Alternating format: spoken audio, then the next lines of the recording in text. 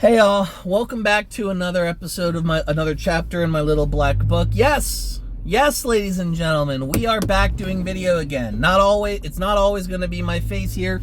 Hell, sometimes it's going to be me playing having video game footage in the background. But I wanted to talk to you guys about the recent wins that we have. And while that may not be necessarily the title of this video, this is the jumping off port on which I'm going to talk about. Mainly because I have been ranting to myself like a lunatic while sitting in traffic on my way to my other job. Now, let's talk about this, ladies and gentlemen, shall we?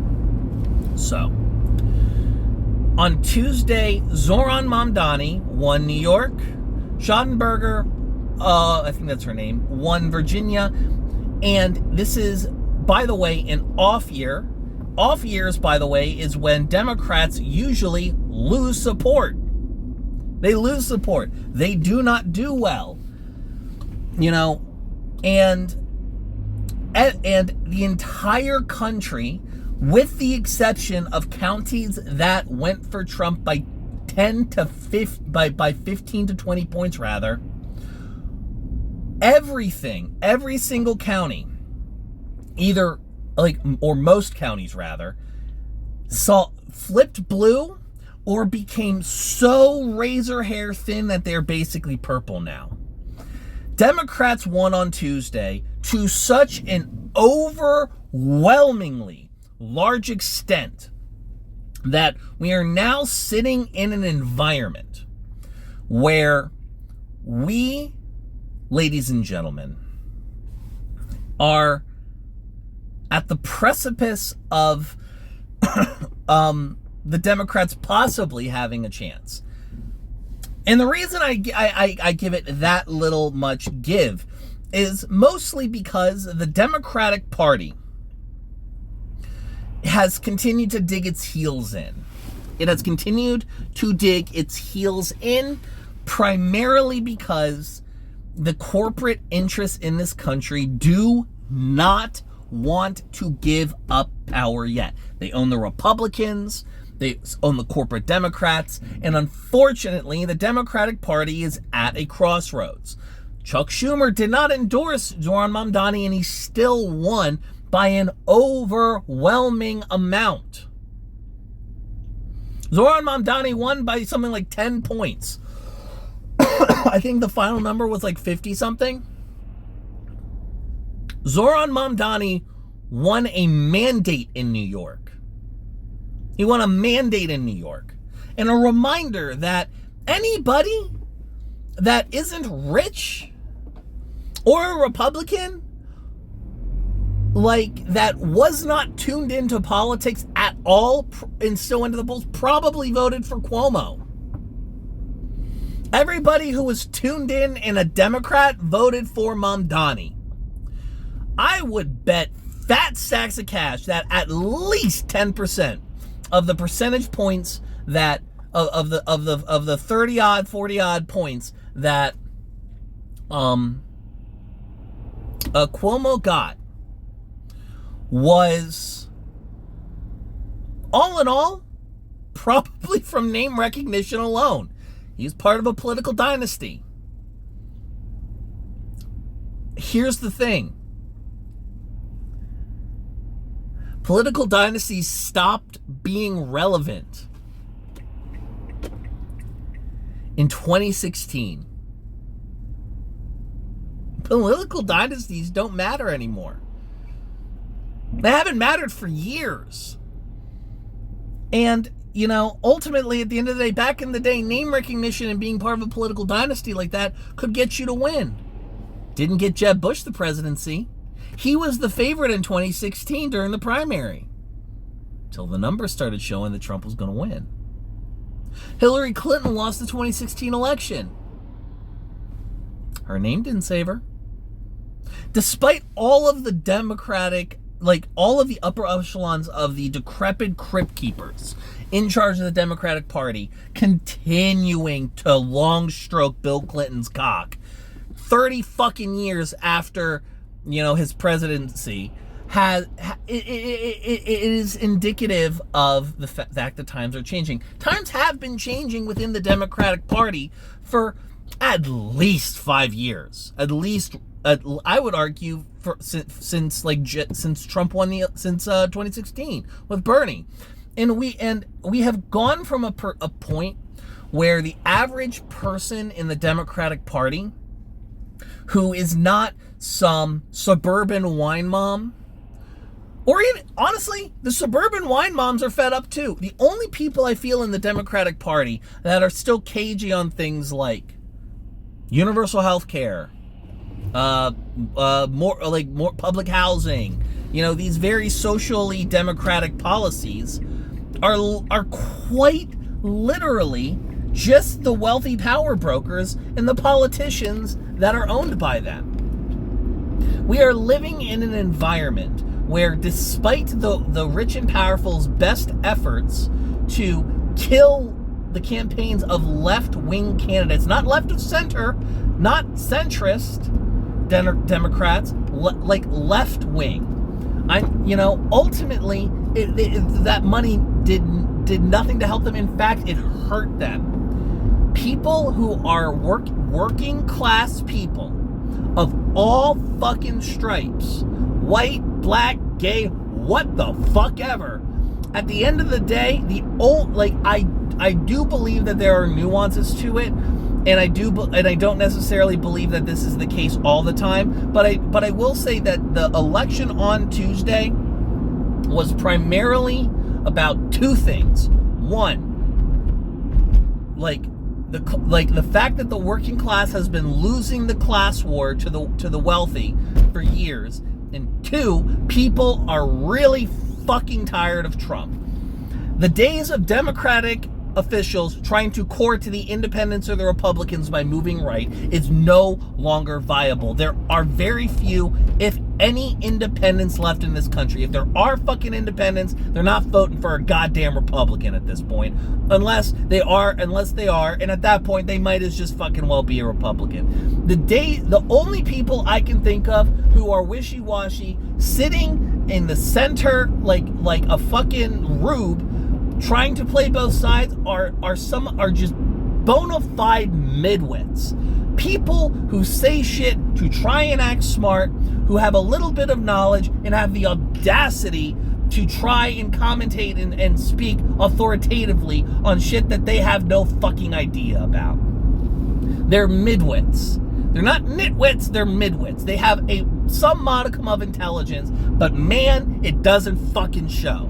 They have the ability to talk well, they have the ability to talk smart, they have the ability to give on the effect of intelligence, but when you look at the actual substance of they say, it either contradicts itself or is just flat the fuck out incorrect, and they're talking out of their ass. Ultimately, at the end of the fucking day,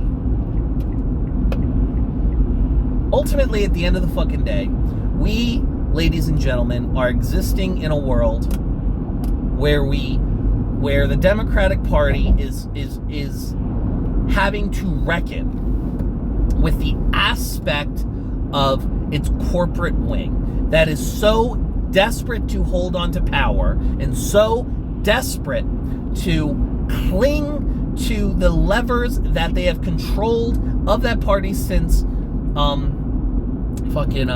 since Clinton, that if they see the writing on the wall, they are too addicted to money or too afraid of not having said money to do it. Because ultimately, at the end of the day, you have your Hakeem Jeffries and Chuck fucking Schumer are quintessentially inconsequential. Chuck Schumer in March of this year said that his entire job was to keep the Democratic Party pro-Israel, and he has utterly failed in that job. I'm happy about that personally. I'm glad. And the fact that they the Zionist movement in this country, and we're talking specifically on the Democratic side, they've just been completely unable to convince anybody of anything. Even the furthest right people are anti-Zionist, well, granted, for the wrong reasons. One of the big problems of being an anti-Zionist you need to always check the people you're talking to, because sometimes they will just say, like, I don't know. My point is that the day that we as American citizens, we as people who want a better future for our country, need to continue up the fight. The corporate and the Republicans and the corporate Democrats, their neck is showing, and we cannot let up the bite on it. We cannot let up the boot on their neck. We must continue to fight tooth and motherfucking nail to prevent them from ever having this amount of power again. And it's not going to be fixed with this election. We are still in the bad timeline. It is going to take multiple years for us to get out of this, because ultimately, at the end of the day, it is the rich's fault. It is the rich's fault. It is the rich that enslaved black people and brought them to this country and treated them like chattel. It is rich people that inflamed racial tensions in this country to divide the working class. It is rich people that used God and the Bible as a cudgel to justify their existence and the overwhelming amount of power and influence they had. And it is those same rich people that create culture war issues like gay marriage and trans visibility that end up that just distract us from the fact that they are fucking us. The rich are fucking us. They have been fucking us for 300 fucking years, and at least fucking 300 years ago, a white dude like myself, at the very least, might be able to have a farm and own something. Honestly, at the end of the day, we as a people, regardless of race, regardless of ethnicity, regardless of anything, need to I want to be very clear. I want to be very clear when I say this, that when it comes to the wealthy and the powerful in this country, I don't ever want to see them have an iota of power again. They can keep a little bit of their money. Hell, they can keep a part ownership of their company, but ultimately, they should never have any money to make dumb white racists in the South think black people are animals. They shouldn't have any money to make dumb Christians think gay people are degenerate. And they shouldn't have enough money to stop every fucking union effort so we as workers can have some kind of fucking benefit. So we can have some kind of fucking hope for the future. The rich are the enemy. They are the enemy of you. They are the enemy of me. They are the reason why you can't pay your fucking bills. They are the reason why you can't feed yourself. They're the reason you can't feed your fucking family. They are the reason why you're alone. They are the reason why you're isolated. They are the reason why your life sucks. They are responsible for the male loneliness epidemic. You want to know why? Because the only ways to socialize in this fucking country is on social goddamn media. And rich assholes own that, and the entire business model is to make you more alone and isolated and dependent on that shit. And there might be some jackass in the comments section who says, oh, well, what would you do to actually stop it? My job is not to create detail-oriented, deep policy prescriptions. I could. I have the fucking intelligence to do that. That's not my fucking job. My job is to throw a brick through a Republican politician's window for voting against our interests and light a fucking Mercedes belonging to a billionaire on fire. That's my fucking job. I'm okay if I don't live to see like a better world for the children, but as long as the fucking kids that come into my job order a slice of goddamn pizza and like sit and relax without a worry in the world, as long as they get to have a fucking future that's worth a damn, that's what I fucking care about. At the end of the fucking day, it is the rich people in this country that are the fucking devil. They are demonic, they are evil, and they are the reason why we are suffering, why I have suffered and suffering, why you are fucking suffering. You fucking deserve better. You not only deserve better, you need better. And at the end of the fucking day, it is the rich people's fucking fault for that. It is rich people that have divided us. If rich people had their fucking way and they could go back to whatever age they wanted, I would not have lifelong friends of mine that I love deeply because they come from a different background than me. They have a different skin color than me.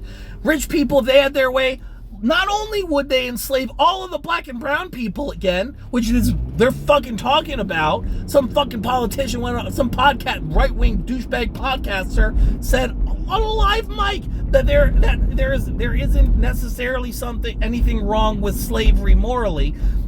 I want men like that should be taken out behind the fucking shed and shot at the end of the fucking day. The rich people are the devil, they are demonic, and they are the enemy. And we can never forget that. And once we get through this shit, once we get this country back to some semblance of normalcy, we need to take every fucking dime above a threshold that they make, that they own, a maximum net worth of some kind, to make damn sure that they never have the power and never have the fucking influence to do to us what they've been doing to us for decades, if not centuries. You deserve better. I deserve better. We all deserve better. Fuck the rich, man.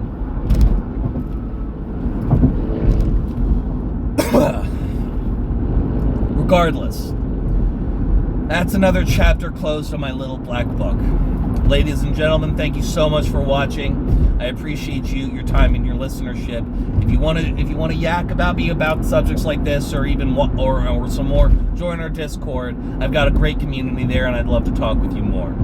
If you like this show, we got other shows too. Go watch any of them wherever you get your pods. Give them 5 stars, whatever, or go watch them on YouTube and leave a like. Thank you so much for listening to this episode of HIMediaTV. I have been your host, Evan from HIMediaTV. I'm about to go work 5 hours and get home at 11 p.m. because a rich asshole wants a second yacht. Have a good fucking night.